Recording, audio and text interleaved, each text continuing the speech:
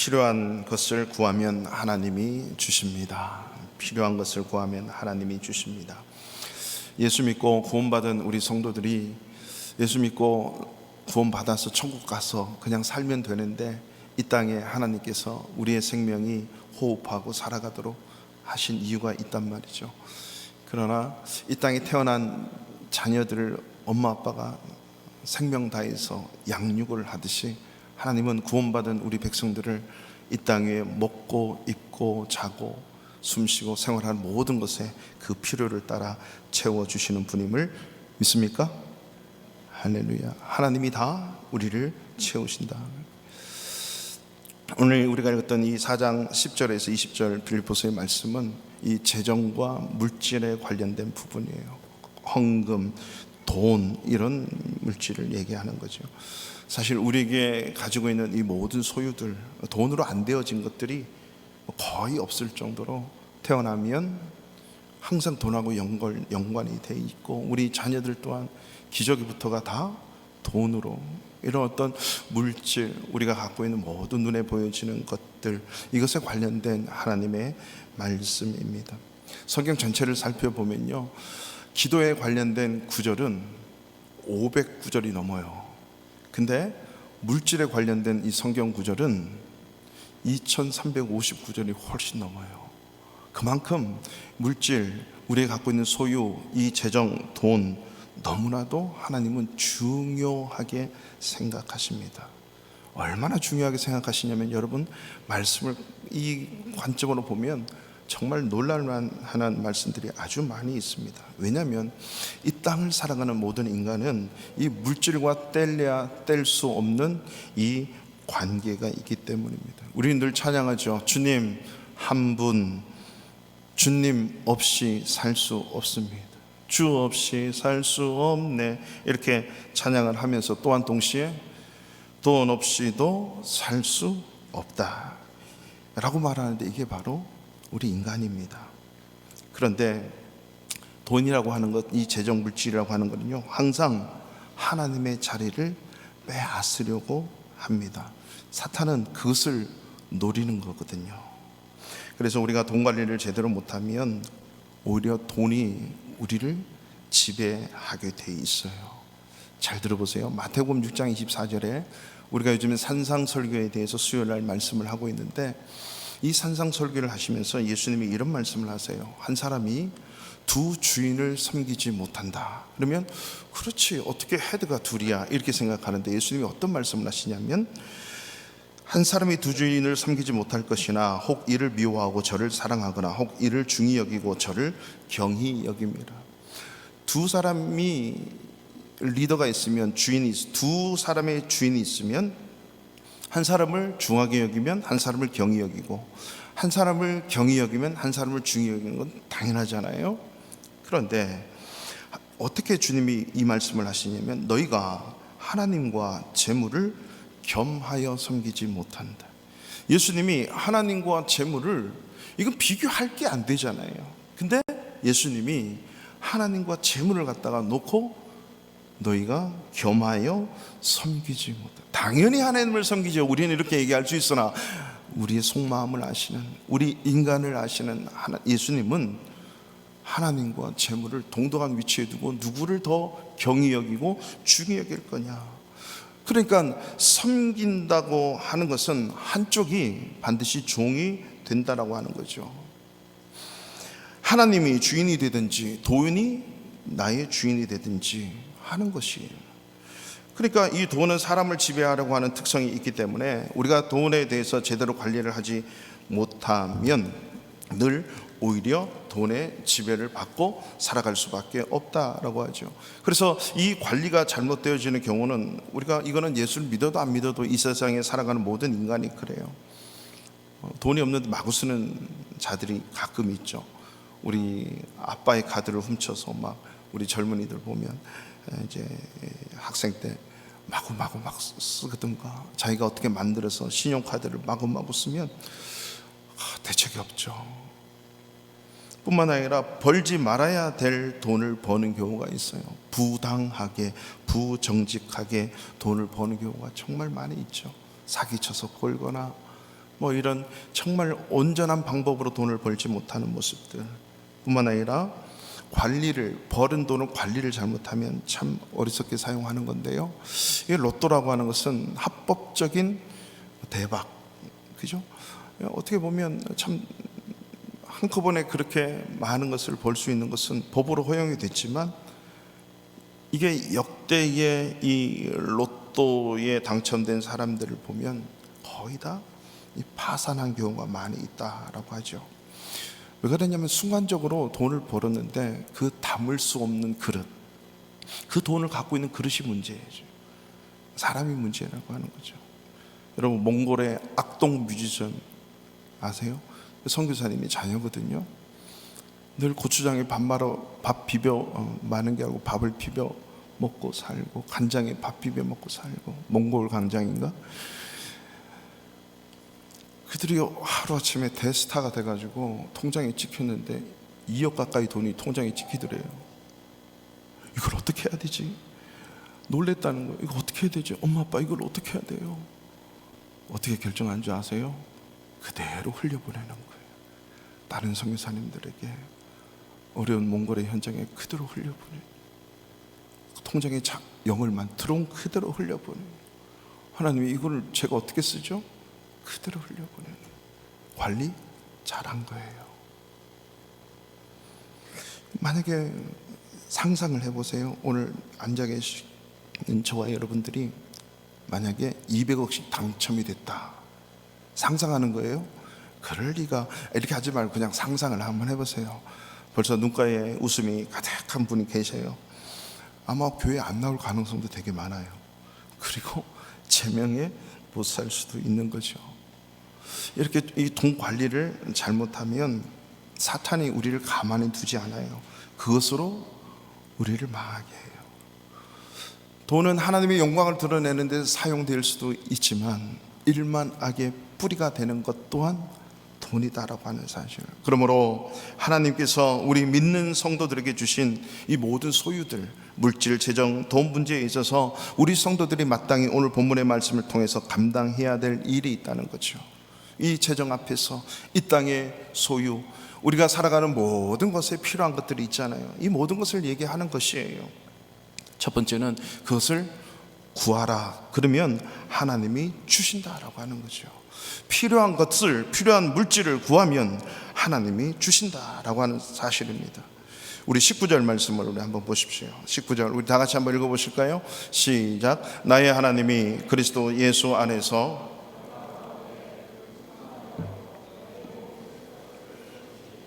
아멘. 이것이 오늘 키워드예요. 나의 하나님이, 그리고 서술을, 주어와 서술을 보면 채우시리라. 하나님이 채우시는 거죠. 내 모든 것의 주인이 하나님이라면 하나님이 줬다가 하나님이 뺏고, 하나님이 허락하시고 하나님이 거두어 가시고, 하나님이 채운다는 거죠. 무엇을? 예수 그리스도 안에서 영광 가운데 그 풍성한 대로 너희 모든 것이 아니라, 한 글자를 보셔야 돼요. 모든 쓸 것을 채우는 거예요. 그러니까 이 쓸 것은 우리의 필요를 채우는 거예요. 그냥 마구 붓는 게 마구 부으신다는 게 아닙니다. 욕심이 아니고 이것도 갖고 싶고 저것도 갖고 싶고 이런 욕심이 아니라 필요를 채우시는 거예요. 그래서 예수님이 이렇게 기도하라. 주기도문에 어떻게 말씀하세요? 일용할 양식을 우리에게 달라 기도하라는 거예요. 이 일용할 양식은 반드시 필요한 거예요. 부족하고 하나 하고 또 필요하고, 이거는 다음을 위해서, 이거는 그 다음을 위해서 2개, 3개, 4개 막 갖다 놓잖아요. 이거는 필요에 의해서가 아니라 다음 준비를 한다고 하지만 그 안에는 여전히 내 안에 뭔가 채우려고 하는 욕심이 있는 거죠. 쓸 것이 아니라 필요 이상이 돼요. 욕심으로 구하는 것은 하나님이 안 주신다 그랬죠. 그리고 구하지 않기 때문에 너희가 얻지 못한다. 여러분, 그러니까 우리는 쓸 것, 필요한 것을 구하면 하나님이 채워주신다. 하나님은 풍성한 분이시기 때문에 안 가지고 계신 것이 아무것도 없어요. 다 가지고 계시기 때문에 부와 권세와 권력과 명예와 종교와 돈과 물질과 건강, 모든 세상의 것을 가지고 계시는 분이 하나님이십니다. 믿습니까? 그분께 뭐 하라는 거죠? 구하라 라고 한다는 거죠. 오늘 이 본문의 빌립보서의 배경이 된 말씀이 빌립보 성도들이요, 바울의 선교 사역을 위해 힘껏 물질로 이렇게 헌금도 하고 필요한 것도 채우고, 이 선교 사역에 있어서 반드시 필요한 것들은 물질이에요. 필요한 것들이 물품뿐만 아니라 모든 물질에 관련된 게 다 필요하지 않겠습니까? 2000년 전에는 뭐 카운트가 있는 게 아니에요. 카운트가 있어서 뭐 송금하면 그 이튿날 받고, 그게 아니라 필요하면 그것을 다 걷어서 가다가 해적을 만나고 도둑을 만날 수도 있어요. 실제로 많이 그랬어요. 근데 그걸 들고 몇 날 며칠을 걸어가서 만나야 되고, 어디인지 몰라서 또 찾으면 몇 달을 걸려서 이 바울을 만나야 돼요. 이것을 바울의 필요를 따라 이게 다 전달했거든요. 그것을 빌립보 교회가 감당을 했던 거죠.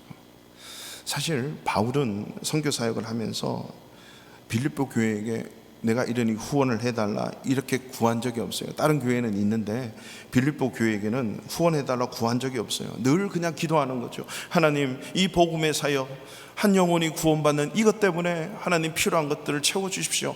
안 채워지니까 어떠는 거예요? 이게 몇 날 며칠 걸리니까 그게 오기까지는 머물렀다가 텐트 메이커라 그래가지고 자기가 열심히 갖고 있는 재능을 갖다가 해서 또 자기의 동력자, 함께 하는 자들과 함께 필요한 재정을 벌어서 쓰는 거예요. 그리고 또 선교원금이 오면 그것을 가지고 또 선교 사역을 하는 거죠. 근데 계속 빌립보 교회를 위해서 기도하다가, 빌립보 교회도 바울의 선교 사역을 위해 기도하다가 생각이 난 거죠. 우리 바울 선생님, 바울 사도 이렇게 선교 사역을 하면 물질이 필요하겠구나. 그러면서 같이 기도하다가 그 기도에 짝이 되어서 필요한 것을 알고 빌립보 교회가 그 일을 했다는 거죠. 우리 10절 말씀을 보십시오. 10절 말씀에 보면 너희가 나를 생각하던 것이 이제 다시 싹이 나이니 너희가 또한 이를 위하여 생각하였으나 기회가 없었다. 여기서 다시 싹이 난다, 이 말들이 뭐예요? 생각해서 서로 기도하다가 기도하는 중에 선교사에게 이것이 필요하겠구나. 그 바울도 사실 재정 때문에 기도했는데 그 재정을 바울이 빌립보 교회에 구한 적은 없는데 서로 기도하면서 생각이 났다는. 그래서 우리는요, 서로를 위해서 기도하는 이것이 너무너무 중요해요. 필요한 재정을 서로 이렇게 짝이 맞춰져서 하나님이 공급하시는 거죠. 그렇기 때문에 우리도 가정에서도 그렇고, 우리 직장도 그렇고, 회사도 그렇고, 사업도 그렇고, 우리 사역하고 교회도 마찬가지. 필요한 재정을 구해야 돼요. 하나님, 어떤 식으로라도 하나님 이것이 필요한데 하나님 주십시오 라고 하는 거죠. 이 의미는요, 기도에는 다 짝이 있다는 거예요. 서로 기도하면서 그 기도 속에서 하나님이 역사하시는데, 사도행 10장을 보면 고넬료가 늘 경건해서 시간 맞춰 늘 기도하는 사람이었어요.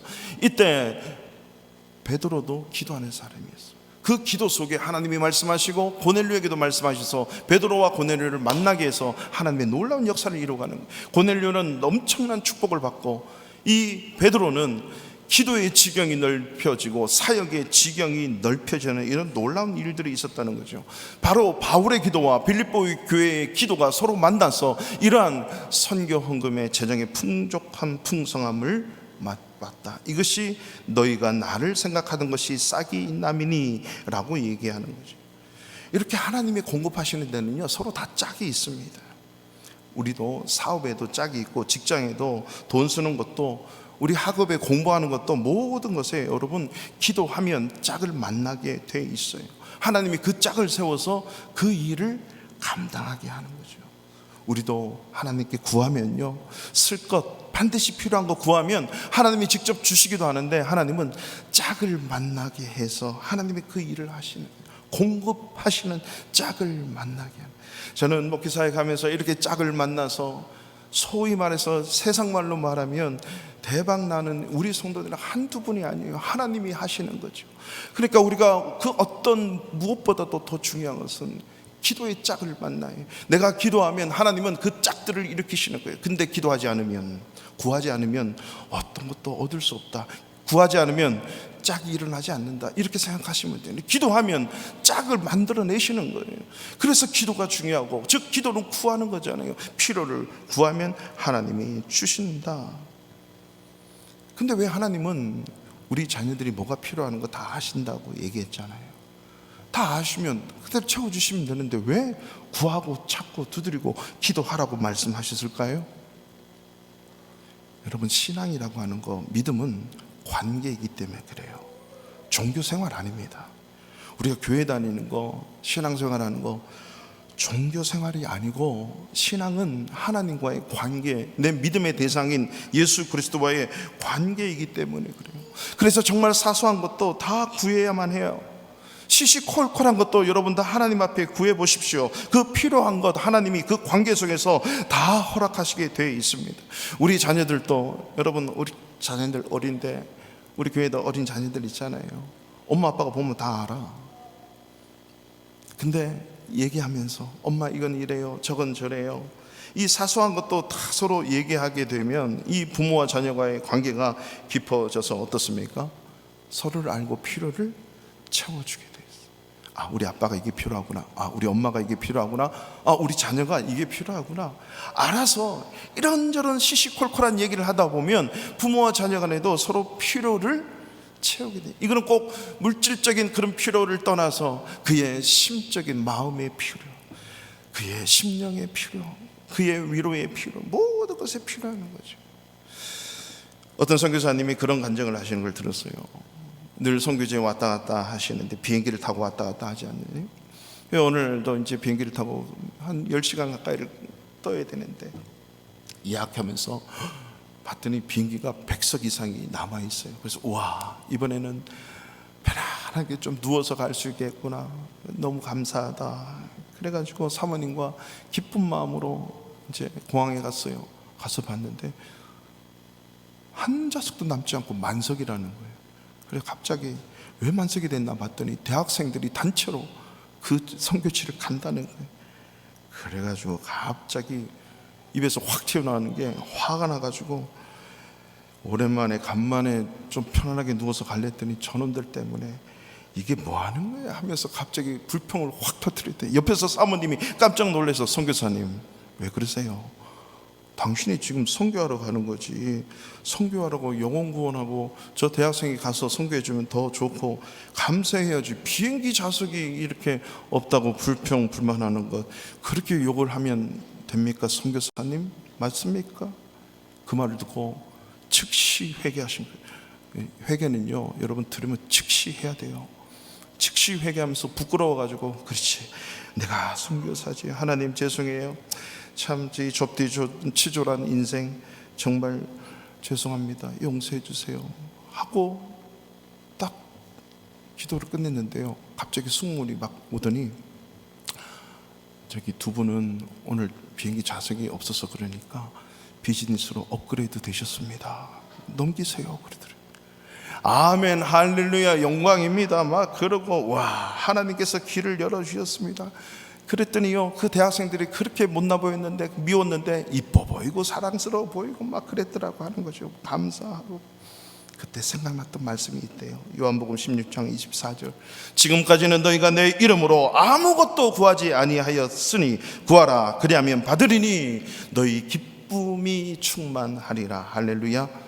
지금까지 잘 그런 것까지도 구하지 않았어. 만약에 그렇게 되면 하나님, 그래요, 그래도 제가 구할게요, 다 만석이지만 이렇게 하셔야 되는데, 이게 갑자기 불평이 터져 나와서, 그래서 마침 회개하고 하나님 감사합니다 기도했더니 하나님께서 기쁨이 충만한 그 일들을 열어가는 거예요. 여러분 진짜 그래요. 왜 그런 줄 아십니까? 아무것도 아닌데 왜 그런 줄 아세요? 신앙은 관계이기 때문에. 내가 신앙하는 우리 아버지 하나님과 나와 관계이기 때문에 구하면 하나님이 다 주시는 거예요. 그 관계가 흐트러지지 않는 이상, 그 관계가 깨지지 않는 이상 다 주지 않을까요? 왜? 우리 아버지잖아. 믿습니까? 하나님 아버지 아니에요? 하나님 우리 아버지. 아버지는 자녀들에게 당연히 구하는 거 다 주죠. 그래서 그게 끝나는 게 아니라 그 관계 속에서 얻으시는 것 때문에 기쁨이 충만해지는 거죠. 관계이기 때문에. 마태복음 7장 7절에 암송하시죠. 구하라 그리하면 너에게 주실 것이요 찾으라 그리하면 너희가 찾을 것이고 문을 두드리라 그리하면 너희에게 열릴 것이라. 마태복음 7장 7절. 제 이메일이 M77입니다. 마태복음 7장 7절. 또 뒤에 M77이 있어요. 미가서 7장 7절. 그는 집에 가서 꼭 찾아보시고 궁금해서 반드시 찾으신 분 또 있어. 나중에 찾으세요. 그것도 기도입니다. 여러분 이게 뭐예요? 구하라 ask, 영어로 ask. 찾으라 seek. 두드리란 knock죠. 그 앞에 영어로 이니셜 해도 ASK ask.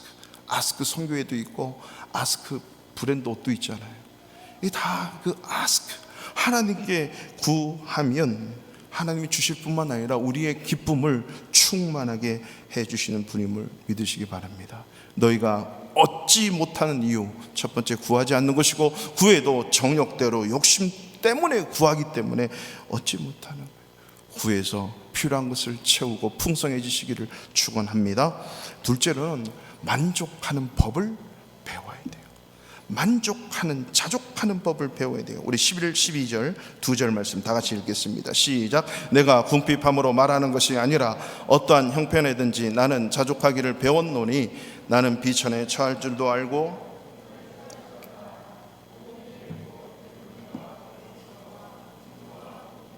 처할 줄 아는 일체의 비결을 배웠노라. 아멘. 만족을, 자족하는 법을 배웠다고 두 번씩 강조를 해요. 거듭거듭. 여러분 만족하고 자족하는 것은요 자연적으로 만족하는 게 아니에요. 이거는 배워야 하는 것이에요. 어떤 조사기관, 갤럽 조사기관에서 당신에 대해 외모를 바꾸고 싶냐 이렇게 조사를 했대요. 외모 바꾸고 싶냐? 여러분 외모 바꾸고 싶으세요? 네, 그런 분들이 많이 계시죠. 저도 진짜 바꾸려고 했었어요, 사춘기 때. 근데 은혜 받고 나니까 그 바꾸면 저작권을 침해하는 거예요. 하나님의 창조를 부정하는 거예요. 이게 뭐예요 하나님? 이렇게 되는 거예요. 그러니까 하나님을 정면 도정하는 거예요. 바꾸면 안 돼요. 바꾸면 절대 안 됩니다. 성형수술을 하고 몇 번을 성형수술하고 나왔는데 병원 앞에 응급실 나와가지고 그 앞에 횡단보도에서 치여서 응급차에 치여 죽었대요. 천국 갔는데 하나님 저 인생이 왜 이렇게 짧게 했어요? 물었대요. 그랬더니 너 얼굴 바꾼 줄 몰랐어. 네가 아닌 줄 알았어. 이러시더라고요. 바꾸면 안 돼요. 하나님께 정면 도전하는 거예요. 바꾸니까 하나님 모르는 거야. 하나님 원작자가 계시는데. 근데 놀라지 마십시오. 남자들은 94%가 바꾸고 싶대, 자기 얼굴을. 우리 남자분들 그래요? 여자분은 99%가 자기를 바꾸고 싶다. 이게 자기 자신을 바라보는 시각을 말하는 건데요, 한마디로 만족 못하겠다는 거거든요. 근데 외모만 그런 게 아니라 우리 인생의 많은 부분에서 스스로 만족할 수가 없다는 거예요. 자족이 안 돼요. 기쁨이 없어요. 만족감이 없어요. 만족해야 기쁨이 충만한데 기쁨이 없어요. 서로 비교해서 내가 제일 그러네 하고 단정 짓고 불만이 나오는 거예요. 불평이다. 여러분, 그래서 불평과 불만의 열매는 뭐냐면요, 비판이 생기고 비관이 되고 열등감에 사로잡혀요. 만족하지 못하면 비판하게 되고 비관하게 되고 그리고 열등감에 사로잡히기 때문에, 여러분, 그래서 성도는 자족하기를 배워야 되고 만족하기를 배워내야 됩니다. 신앙은요, 배우는 거예요. 여러분, 신앙은 그냥 교회 다니면 생긴다, 절대 그렇지 않아요. 여호와 경외하기를 배워야 할지니라. 너의 자녀들에게, 그 자녀의 자녀들에게, 그 자녀가 자녀들에게 가르쳐라, 배우라는 거예요. 여러분, 신앙은 배우는 거예요. 관계이기 때문에 배워내야 되는 거죠. 그래서 이것을 배우고 배울 때 그 삶의 결과, 그게 바로 13절이에요. 13절 시작. 내게 능력 주시는 자 안에서 내가 모든 것을 할 수 있느니라. 아멘, 할렐루야. 이게 그냥 한 구절 떼서 내게 능력 주시는 자에서 나는 모든 것을 할 수 있어, 그냥 뭐 자신감 불어넣고 뭐 이건 나는 크리스찬이야, 하나님이 우리 아버지야, 이 자신감을 얘기하는 게 아니라 11, 12절에 자족하고 만족하는 것을 배울 줄 알아야 되는 거예요. 궁핍하고 배고프고, 오늘 바울은요, 그것이 얼마나 없었으면 14절에 나의 괴로움에 너희가 참여했다, 이 말은 내가 엄청 괴로웠는데 너희가 보내준 그 헌금이 나를 살렸다, 이런 말씀이에요. 바울은 얼마나 괴로웠고 궁핍했고, 그리고 찌들었고, 그리고 아팠고 힘들었어요.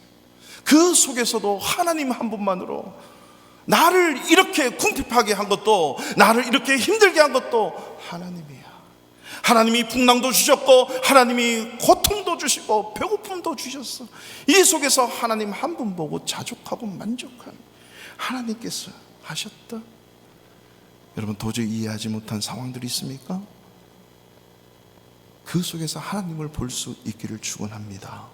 그 속에서 자족과 만족을 배워야 돼요. 그 배운 후에 나온 그 한마디 메시지, 내게 능력 주신 자 안에서 내가 모든 것을 할 수 있다. 이거는 인격의 삶이고요, 삶의 어떤 환경에 처해 있든지 하나님 감사합니다, 만족합니다, 자족하는 걸 배우는 그 신앙의 고백이다라고 하는 것입니다. 이 구절을 무조건 외운다고 만족이 되는 게 아니에요. 만족하는 거, 자족하는 거 배워내야 되죠. 그렇기 때문에 그 만족과 자족은 관계 속에서 오는 거예요. 하나님과 나와의 관계 속에서.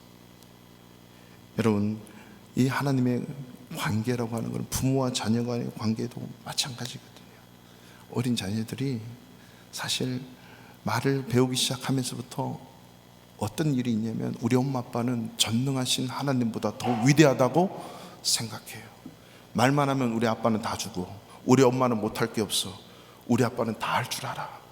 그래서 아빠 이거 저거 하면 다 해요. 근데 아이가 철이 들기 시작하면서 우리 아빠가 없는 게 맞네, 못하는 게 맞네, 그러면서 대화하지 않죠. 우리 엄마 혼자 잘난 것 같은데 별로 아니네. 그 대화가 점점 없어지는 거예요, 자녀 간에. 이게 왜 그래요? 우리 엄마 아빠는 완벽하고 완전하신 게 아니고 하나님만 완벽하구나, 하나님만 완전하시구나, 이걸 깨닫는 거예요. 저와 여러분의 인생 속에 나이가 50, 60, 70, 80 들어도 하나님이 하시고 하나님밖에 없구나, 이걸 점점 깨달아 가셔야 돼요. 그 속에서 자족하고 만족하는 것을 배워내야 되는 거죠. 그렇다면 이 만족은 어떻게 오는 것입니까? 어떻게 만족하는 겁니까? 가장 철칙이 하나 있어. 비교하기를 스톱해야 돼요. 절대 비교하면 안 돼야 돼요. 비교를 멈춰야 돼요. 여러분, 우리 엄마들 절대 옆집 자녀들과 내 자녀 비교하지 마세요. 우리 아내들이요, 절대 옆집 아빠와 비교하지 마세요. 옆집 남편과 비교하지 마세요. 이 회사는 이렇고 저 회사는 저렇고, 그러는 순간 불행해져요. 남편들, 우리 옆집 아내 절대 얘기하면 안 돼. 옆집. 그러니까 자꾸 다른 걸 얘기해서는 안 돼요. 우리 성도님들 그래요. 자꾸 옆집 목사님 얘기하면 안 돼요. 옆집 목사님 얘기하면, 비교하면 안 된다는 거죠. 비교하는 순간 만족과 자족은 사라지게 돼 있어요. 하나님이 주셨구나, 하나님이 내게 주신 것이 최고구나 라고 믿고 주신 것으로 만족할 수 있어야 된다라고 하는 거죠. 더 나아가서 이 비교를 유발하는 행위가 한 가지 있는데, 그게 뭐냐면 너무 자기 자신을 자랑하고 과시하는 거예요. 이것을 좀 더 얘기하면 나는 하나님 없이도 살 수 있어 라고 하고 믿음 생활 하시는 분이 너무 많다는 거죠. 하나님을 잘 의지하지 않아요. 하나님 주신 물질을 과시하는 거죠. 나는 이 정도로 할 수 있고, 나는 이 정도 위치에 있고. 이거는 철저하게 자기 파괴적이에요. 영적으로 공허해진답니다. 근데 우리가 하나님이 주셨습니다 하고 겸손해지면 엄청난 풍성하고 풍요로움을 느낄 수 있어요. 이렇게 잘못 과시하고 자랑하다가 어떤 일이 일어납니까? 옆 사람들이 시기하고 질투하고 공격하고 나중에 자랑하면 뺏기기도 해요. 훔쳐가요. 왜냐하면 저 되게 많구나 이래가지고 훔쳐갈 수도 있다는 거죠. 그래서 디모데전서 6장 6절에 보면요, 자족하는 마음이 있으면 경건은 큰 이익이 있느니라. 이 말은 자족과 경건, 영성과 연결을 시키는 거예요. 그래서 만족과 이 경건을 비교하는 건데, 만족하는 거, 자족하는 것은 엄청난 영적인 거예요. 영적인 것에 엄청난 큰 힘이 있다는 거죠. 그래서 영적으로 풍성해진다는 그 의미는 자족하고 만족할 수 있는 거예요. 여러분, 어떤 상황에도 자족하고 만족하는 것을 배워 어떤 상황에도 풍요롭고 풍성함을 맛보시기를 축원합니다. 마지막 세 번째로는 믿음으로 드리는 삶을 살아내야 돼요.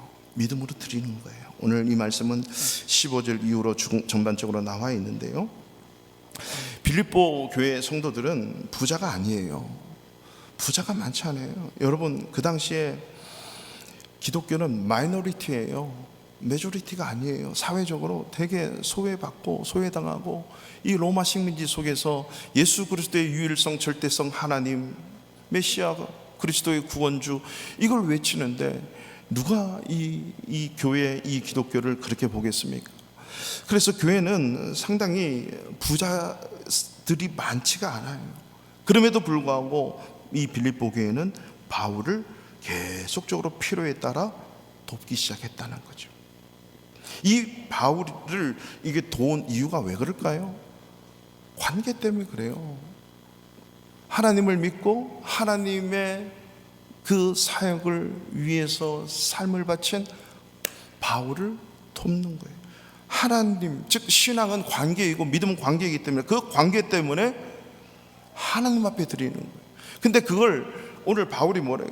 바울의 선교 사역을 위해서 그 물질을 드렸는데, 바울은 이것이 오늘 18절 말씀에 보면, 내가 이것을 받음으로 내가 풍족해지니 이는 받으실 만한 향기로운 제물이요 하나님을 기쁘시게 하는 거예요. 바울에게 드렸는데 이것은 하나님을 기쁘시게 하는 거예요.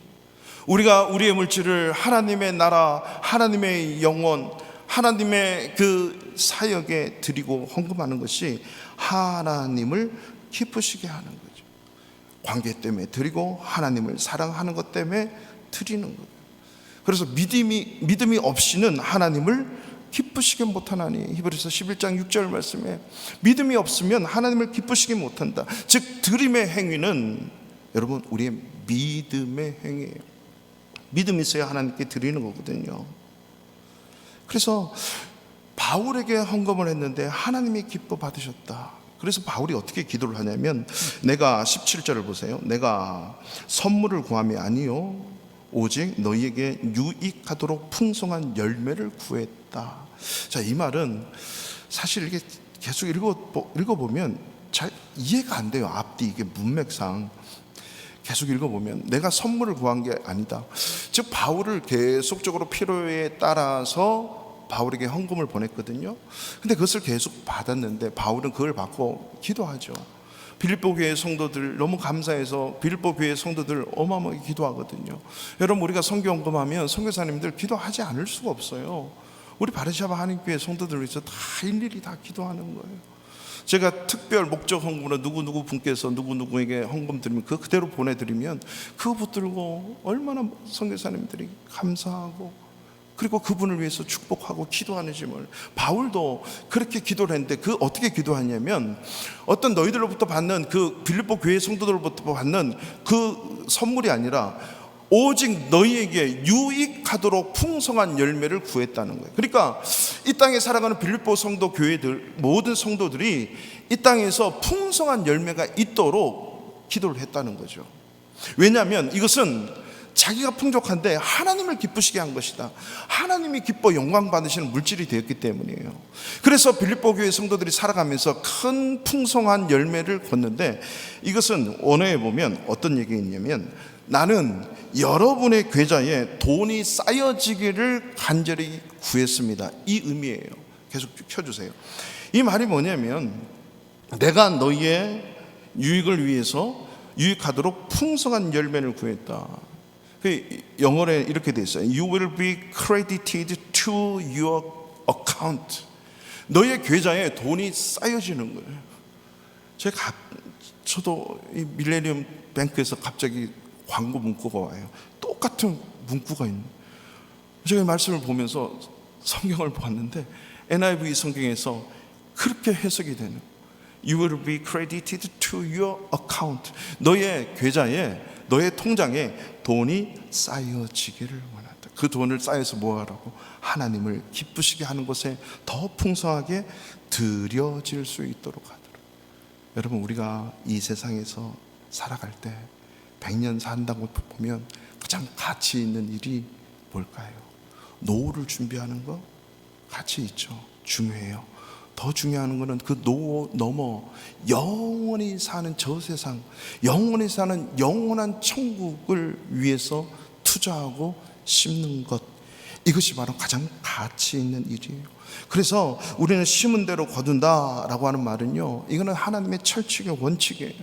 내가 하나님께 드림이 되면 하나님은 반드시 그것을 거두도록 우리를 풍성하게 채워주시고 풍성하게 마이 어카운턴트에 쌓이도록 계속 해주신다는 거예요. 이게 바로 우리가 드릴 때 하나님이 그대로 주시는 거예요. 그래서 여러분, 이것을 마태복음 6장 20절에 예수님이 그렇게 말씀하세요. 오직 너희를 위해서 보물을 하늘에 쌓아두라. 이 말이 사실은 좀 이해가 안 돼요. 우리를 위한다면 이 땅에서 뭔가 통장에 돈이 계속 들어오고 건강에 복이 임하고 모든 거 다 잘 돼야 될 텐데, 그렇게 해 살아야 되는데 주님이 뭐라고 하는 거예요? 우리를 위해서, 이 땅에 우리가 살아가는 것을 위해서 하늘의 보화를 쌓아두래요. 이 하늘의 보화를 쌓아두라는 그 말이 무슨 말일까요? 영원한 것에 가치를 두고 그 영원한 것을 위해서 투자할 줄 알아야 되는 거예요. 여러분, 10개월의 뱃속의 아이는 이 땅에서 사는 삶 때문에 10개월을 반드시 있어야 돼요. 이 땅에 나와서 안 나오려고 하면 안 돼요. 나와야 돼요. 여러분, 이 땅에 나와서 100년의 삶을 살죠. 100년의 삶은 100년 살다가 노후 잘 살다가 땡, 이게 인생이 아니에요. 반드시 영원한 세상에 있어요. 여러분, 이제 진짜 가서 살아야 되는 인생은 100년이 아니라 1000년이 아니라 만년이 아니라 억년이 아니라 그 이상 영원히 살아야 될 그 나라가 있는데, 그 나라를 위한 것이라면 거기에 투자하라는 거예요. 이게 가장 소중한 가치다라고 하는 거죠. 거기에는 좀이나 동록이 해하지 못하고 도둑이 구멍을 뚫지도 못하고 도둑질도 못한대요. 왜? 영원한 것에 가치를 두고 투자하기 때문에. 그래서 여러분, 될 수 있는 대로 우리는 항상 잘 심어야 돼요. 관대함을 심고, 주는 것을 심고, 비판을 심으면 비판을 거두고, 관대함을 심으면, 사랑을 심으면 사랑과 관대함을 거두게 돼요. 천국에 심으면 천국의 은혜를 맛보며 사는 거예요. 그러니까 천국 영원한 것에 계속 심으니까 내 삶이 마르지가 않는 거예요. 왜? 영원히 올라오는 거죠. 왜? 심는 대로 거두기 때문에 영원한 것에 투자를 하는 거죠. 여러분, 친절을 심으면 그 친절을 거둬요. 여러분, 친절을 하는 거, 여러분 인사 한번 잘하면 대박 납니다. 인사 잘하고 친절하면요, 이걸 잘 심어야 돼. 그래서 우리 자녀들도 그렇고 우리 청년들, 우리 아무튼 젊은이들, 학생들, 이 젊을 때, 어릴 때부터 이 인사하는 걸 잘 심으면 정말 놀라운 일들이 일어나요. 우리 제가 인도에 있을 때 갑자기 어떤 선교사님한테 전화가 왔어요. 목사님, 네, 우리 아들이 그 교회 장로님에게서부터 용돈을 30만을 얻었어요. 그게 무슨 말이에요? 그랬더니 얘기를 해주시는 거예요. 우리 선교사님 자녀가 뉴델리에서 한 수천 킬로 떨어진 그 벵갈로르라고 한 데가 있어요. 우리 인도의 IT 계열, 우리나라 삼성, LG가 다 있는, 거기에 이제 거기서 한 몇 시간 들어가는 국제학교가 있다고요. 거기서 이제 뉴델리 엄마 아빠 계시는 집으로 오려고 벵갈로르 공항에 갔는데, 그 공항에 가서 이 아이가 한국 어르신을 본 거야. 그래서 너무 반갑잖아요. 한국 분이 보여서 인사를 90도로 안녕하세요 그랬대요. 야, 너 한국 애구나. 예, 어떻게 했니? 네네, 이렇습니다. 그랬더니 그분이 누구였냐면 저희 교회 장로님이셨어. 이 장로님이 너무 이쁘니까 그 자리에서 약 한국돈 30만에 관련된 그 루피를 주시는.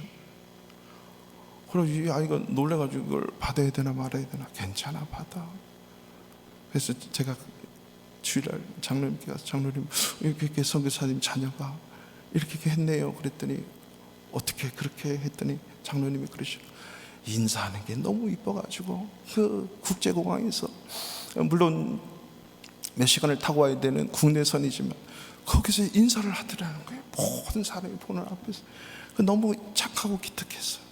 여러분, 인사만 잘해도 이런 놀라운 일이 있어요. 그래서 한 번 보고 두 번 보고 세 번 봐도 항상 어르신들한테 인사 잘하는 우리의 자녀들, 우리의 청년들 꼭 됐으면 좋겠어요. 영국 런던에 한 식당에서 진짜 기사가 났어.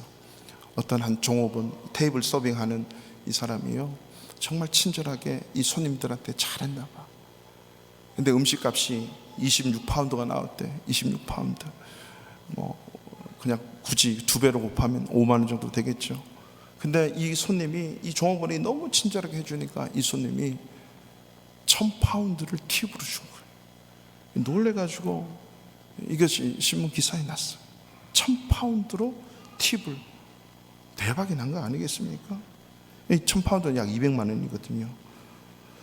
저도 이런 데서 가서 서빙이나 할까 싶어요. 친절하게 하면, 한번 잘 서빙하면.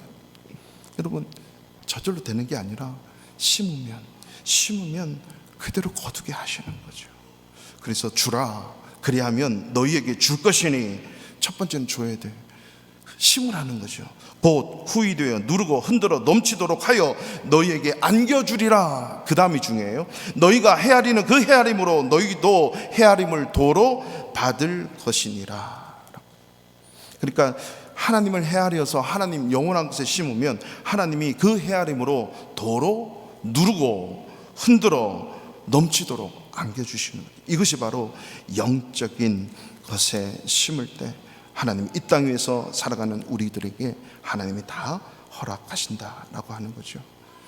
어떤 집사님 한 분이, 제가 2가지만 말씀드리고 마칠게요. 저 지난 시간 밥을 함께 먹다가 어떤 집사님 한 분이 말씀하시더라고. 해도 되겠죠?